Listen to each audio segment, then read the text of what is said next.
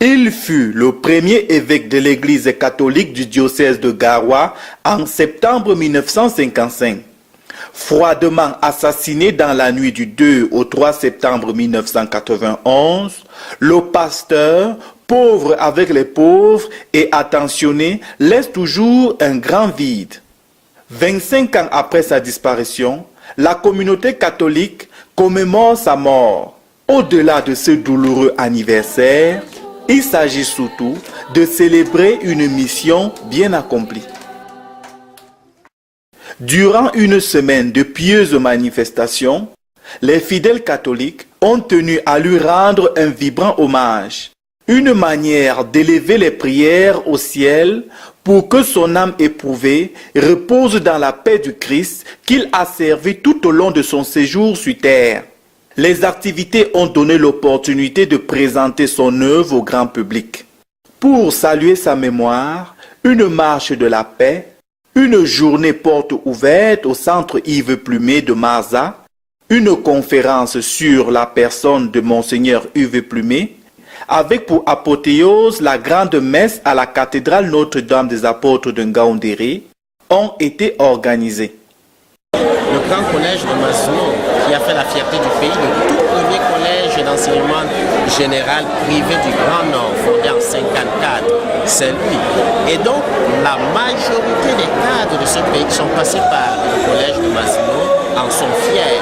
Alors, au niveau aussi des infrastructures sanitaires, les premiers dispensaires qui ont vu le jour dans cette zone, c'est lui. L'école, la santé, je pense que cela pourrait témoigner. Alors, pour les croyants, et croyants comme moi je suis, c'est également le dévouement pour fonder des communautés chrétiennes. Et ce dévouement vient parachever son œuvre.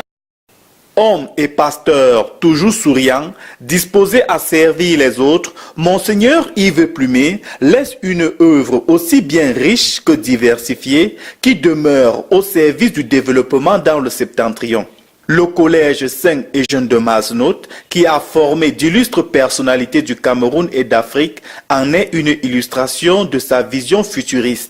L'on retrouve également le petit séminaire de Ngaoundéré, la fraternité Sainte-Thérèse de Galompuy, le grand séminaire Saint-Augustin de Marois, le séminaire de Douvangar à la frontière Cameroun-Tchad et récemment le centre Monseigneur Yves Plumet de Marza qui accueille les enfants démunis.